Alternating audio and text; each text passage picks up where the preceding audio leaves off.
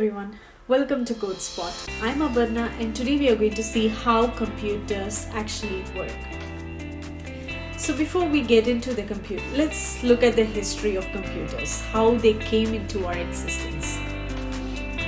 On the earlier days, tally sticks were used for counting. And then later, abacus was used for performing certain arithmetic tasks like addition, subtraction, multiplication, etc. And then a mechanical engineer called Charles Babbage, who is now known as the father of computers, first invented the mechanical computer in the 19th century. So it was able to accept input and deliver output in terms of punched cards. On 1936, Alan Turing introduced the concept of modern computing, where a machine can accept instructions, it can be programmable. So basically, instructing a machine to do certain tasks. In 1970, Ed Robert started selling the computer kits. It became an instant hit. Later, Altair 8800 was the first real personal computer, which was invented by Steve Jobs.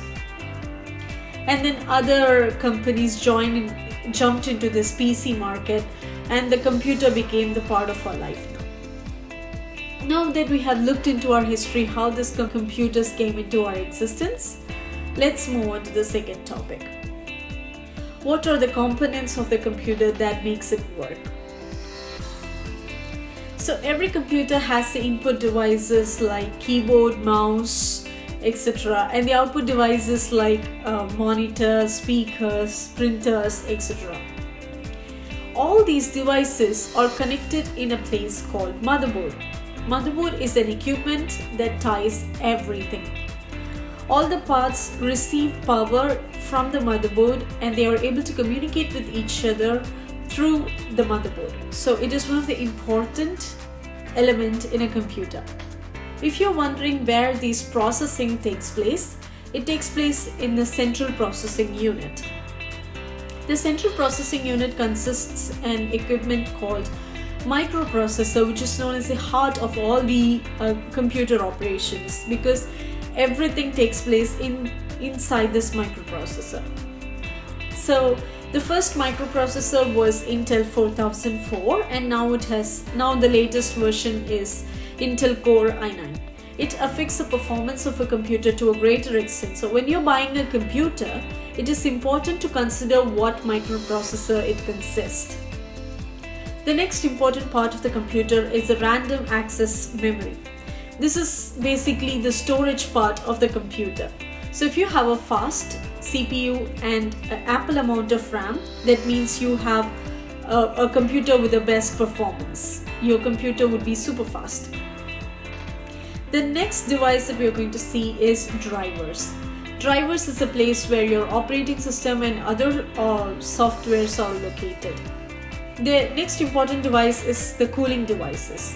Why is it so important is because a computer generates a lot of heat while it is processing. So the CPU and other components are more likely to get heated up, and they are likely to get damaged due to the heat. So the PC needs to be cooled down in order for it to not get overheated. So cooling devices are a very important part of a computer. And finally, the power supply and cables, which is used to carry the data and power. Now let's see how this all works together. Let's see what are the process that takes place when you start up a computer. Usually when you turn on a light or fan, it just reacts immediately, but when you start a computer, it takes time to start up. So it is because there are a lot of internal operations that is going on before a computer can start. This process is known as boot process or booting the PC. Boot is basically the short form for bootstrap. The boot process is performed by BIOS. It is a software that makes sure that all the parts work together perfectly fine before the computer is turned on. So as soon as the power is turned on, the motherboard and all the components are powered up. Initially, power on self-test is taken place, shortly known as post. This is a program within the BIOS which is used to check for any hardware failures. So there would be a single beep if the hardware is successful, and there would be multiple beeps if there is any hardware failure. So after this procedure, it needs to confirm for a bootstrap loader. What is a bootstrap loader? This is a program which helps us to find and launch the operating system, which takes care of the rest of the functions in a computer. So the bootstrap loader is ensured, and if it is working, the control moves to the bootstrap loader. The bootstrap loader then finds and launches the operating system, and the control goes back to the operating system. Now let's see what an operating system does. So operating system is the one that helps in all the processing of information. So basically it gets the command from the user, it breaks down into smaller chunks, and then it would prioritize them and send it to the CPU. This is called the processor management. The next task that we are going to talk about is the memory management. It coordinates the data flow to and from the RAM. The next is device management. This is the interface between the computer and the devices connected to the computer. Say if you're pressing a key, this device management helps in interrupting what is happening to the computer. The next is storage management. It directs where the data needs to be stored. Suppose you're adding a file, you're deleting a file, or you're moving. In such cases, storage management comes into the picture. The next is application interface. Application interface helps in data exchange between the software programs and your device. So basically, if you are a developer, you want to communicate, you're creating an application that is used for that used to create and delete some Excel sheets or something.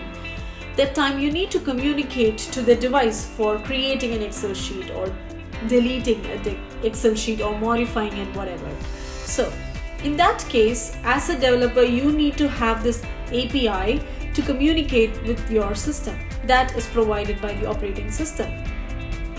The next and the final one is the user interface, through which the human actually communicates to a computer.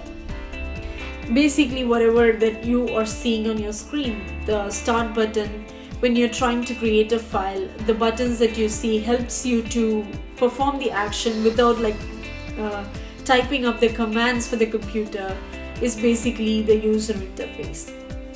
It is basically an interface between the human and the computer. So this is how an operating system works and helps us do all the tasks that we want in a computer. So this is a small summary of how computers work.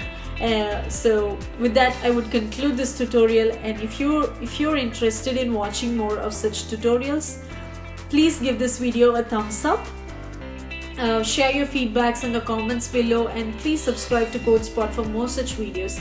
And don't forget to hit that bell button to get the update. Thank you.